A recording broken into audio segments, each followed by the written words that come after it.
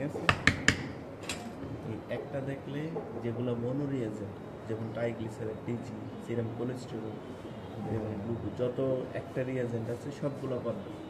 ওগুলো সেম, যেগুলোর একটা রিয়েজেন্ট আছে মনো, এটা রিয়েজেন্ট একটা, গ্লুকোজ নির্ণয়ে গ্লু ডিটেকশনের রিয়েজেন্ট একটা, সব পারবেন। কোলেস্টেরল একটা, ট্রাইগ্লিসারাইড একটা, সব প্রসেস একটা। মানে হয় শুধু গ্লিসারল থাকবে বা শুধু গ্লুকোজ থাকবে, একটা রিয়েজেন্ট সব একটা পারলে বাকিগুলো পারবে। কেউ যদি গ্লুকোজ ডিটেকশন পারে, টিজি ট্রাইগ্লিসারাইড ডিটেকশন পারবে, কোলেস্টেরল ডিটেকশনও পারবে। যত বড় রিয়েজেন্ট আছে, একটা রিয়েজেন্ট আছে, উনি সব পারবে। ঠিক আছে। পার্থক্য কি, কোন জায়গায় পার্থক্য হবে? যেমন স্ট্যান্ডার্ডে পার্থক্য হবে। যেমন গ্লুকোজের স্ট্যান্ডার্ড 100 মিলিগ্রাম পার ডেসিলিটার, কোলেস্টেরলের 200, টিজি ট্রাইগ্লিসারাইড 200। এইখানে শুধু একটু, যেটা আমরা একটা সূত্র পড়ছি না, OD of test by OD of standard into concentration of standard. কীভাবে নির্ণয় করে?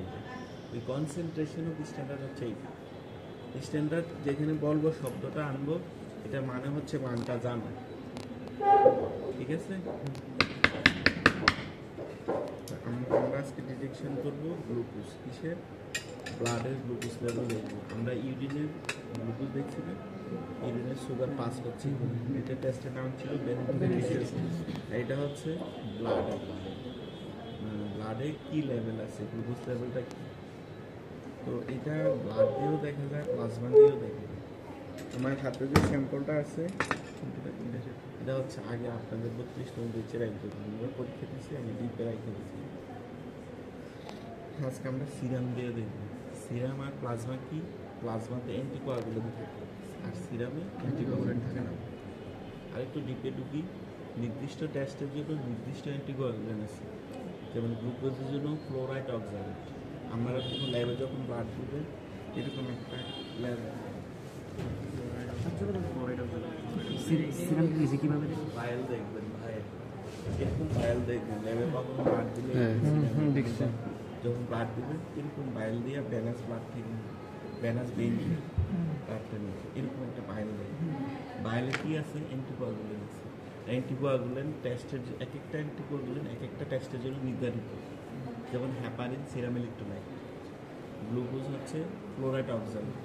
এটা কেন দেয় অ্যান্টিকোয়াগুলেন্ট? একটা তো আমরা জানি, তো এটা জমাট না বাড়ে। অ্যান্টিকোয়াগুলেন্ট ইউজ করার উদ্দেশ্য কি? প্রিভেন্ট ক্লটিং, যেন জমাট না বাড়ে। আরেকটা উদ্দেশ্য হচ্ছে এটার যে লেভেল আছে, এটা যেন ঠিক থাকে। আমরা এখনই বুঝে নেব, প্রতি ঘন্টায় 4% রিডিউস হয় গ্লুকোজ যদি অ্যান্টিকোয়াগুলেন্ট না থাকে। অ্যান্টিকোয়াগুলেন্ট না থাকলে প্রতি ঘন্টায় 4% লেভেল কমে যাবে। বুঝতে পারছি? কথাবার্তা খুব শেষ, এবং ডাইরেক্ট টেস্ট চলে যাবে।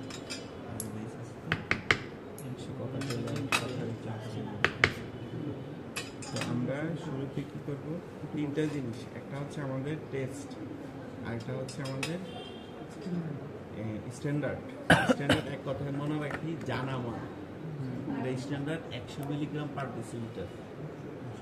অনেক লেভেল দেখবেন যে মিলিমোল পার লিটার বা সিরাম কি দেয় মাইক্রোমোল পার লিটার। এটা হিস্ট্রি কি? এটা ইউনিট কনভার্ট করে। ইউনিট কী করে? কনভার্ট করে। মিলিগ্রাম পার ডেসিলিটার ভাগ 18 মিলিমোল পার লিটারে চলে যাবে। আরও যদি শুরু করতেছেন, আরও শুরু করতে পারবেন মাইক্রোমোল পার লিটার। ঠিক আছে। আমরা যদি কোথাও এই ধরনের রিপোর্ট দেখি, ঘাবড়াবো না।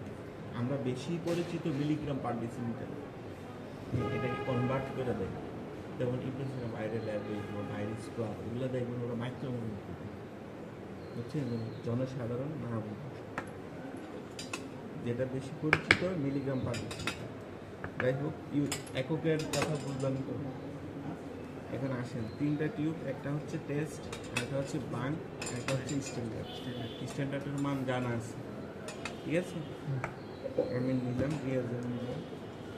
সবাই কিন্তু ভালো করে দেখেন, এটা পারলে আরও এরকম 4-5টা পারবেন। যেগুলো 4-5টা কি, যতগুলো মনো রিয়েজেন্ট আছে, আপনি শুধু হাতে নিয়ে দেখবেন স্ট্যান্ডার্ড কত, এই আর কিছু দেখা লাগবে। স্ট্যান্ডার্ড লেখা আছে এখানে 100 মিলিগ্রাম পার, ঠিক আছে। হাতে নিয়ে দেখবেন স্ট্যান্ডার্ড কত। মনো রিয়েজেন্ট, আপনারা আজকে মনো রিয়েজেন্টের মাস্টার হয়ে যাবেন। শুধু মাথায় রাখবেন একটা রিয়েজেন্ট, ঠিক আছে? যেমন বিলিরুবিনে লাগে 3টা, ইউরিয়াতে লাগে 4টা, ঠিক আছে? আচ্ছা, আর আমরা করতেছি কলোরিমেট্রিক মেথড, এটা কলোরিমিটার, ঠিক আছে? কলোরিমেট্রিক মেথডে আমরা করতেছি। কতটুকু নিব? দেখেন 1000 মাইক্রোলিটার সমান কথা কার 1000 মাইক্রোলিটার সমান 1 মিলিলিটার 1 ml, ঠিক আছে? তিনোটাতে নিচ্ছি, তিনোটাতে 1000 মাইক্রোলিটার নিচ্ছি। পুরোটা করলে কত আছে? পিকনিক সময় যেন বাবল না হয়, অ্যাকুরেট হয়, ঠিক আছে? কোনো বাবল আছে, স্পেস আছে, এয়ার স্পেস নেই, আছে? এর কিন্তু না, যদি বেশি কম হয় নর্মাল রুগী আর নর্মাল রেজাল্ট আসবে, নন ডায়াবেটিক পেশেন্ট ডায়াবেটিক আসবে। যদি অ্যাবনর্মাল মানে পিপিটি অ্যাকুরেট না হয়। এটা কি দিতেছেন? এটা হচ্ছে গ্লুকোজ রিএজেন্ট। আমরা তো আজকে গ্লুকোজ ডিটেকশন করব। স্যাম্পল আমার প্লাজমা হতে পারে, সিরাম হতে পারে, সিএসও হতে পারে। সিএসও ব্লাডের শুধু প্লাজমা আর সিরামের অপশন আসবে, আর সিএসও টোটাল আলাদা জিনিস, মানে সিএসও গ্লুকোজ হয়, কথাটা মাথায় রাখলাম, ঠিক আছে? তাইলে এখন এই তিনটা কিসের তো বুঝছি না, আমি লিখে নিলে ভালো হতো, একটা স্ট্যান্ডার্ড, একটা ব্লাঙ্ক আর একটা স্যাম্পল, ঠিক আছে? Standard sample blank. আর এগুলো হচ্ছে আমাদের টিপস। বড়টা 1000 নিব আর ছোটোটা 10 মাইক্রোলিটার নিব। 10 মাইক্রোলিটার অনেক কম। আমি নেওয়ার সময় খেয়াল করবো স্যাম্পলটা উঠলো কিনা।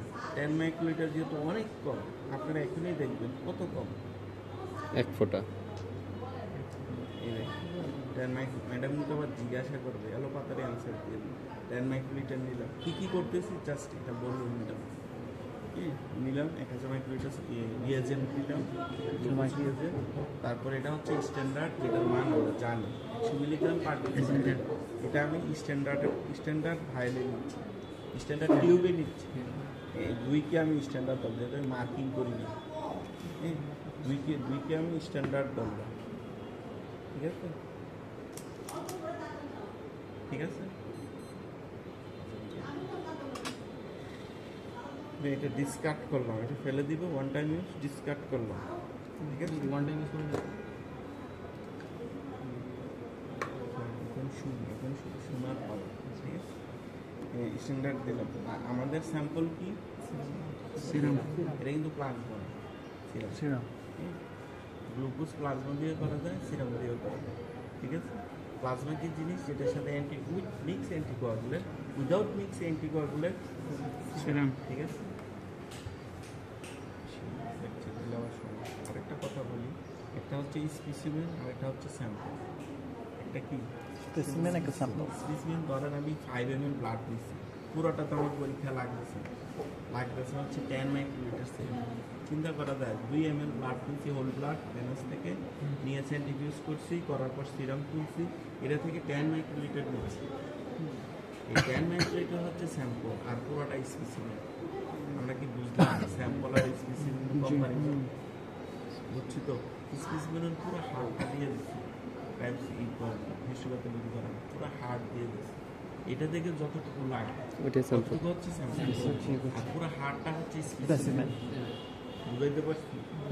হ্যাঁ, বুঝতে থাকলে কিন্তু এটা হচ্ছে স্যাম্পল, স্পেসিমেন, পুরোটা স্পেসিমেন। আর এটা স্যাম্পল দিব টেস্টে, ধরেন 3 ml, মনে রাখেন, কারণ আমাদের ভুল হইলে আপনারা খেয়াল রাখেন। কতটুকু দিলাম? 10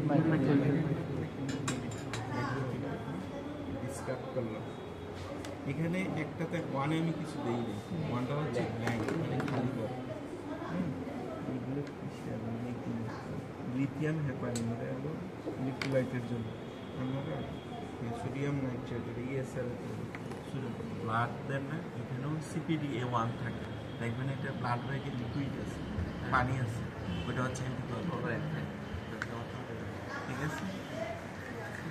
অ্যান্টিকোয়াগুলেন্ট যেন না বুঝি।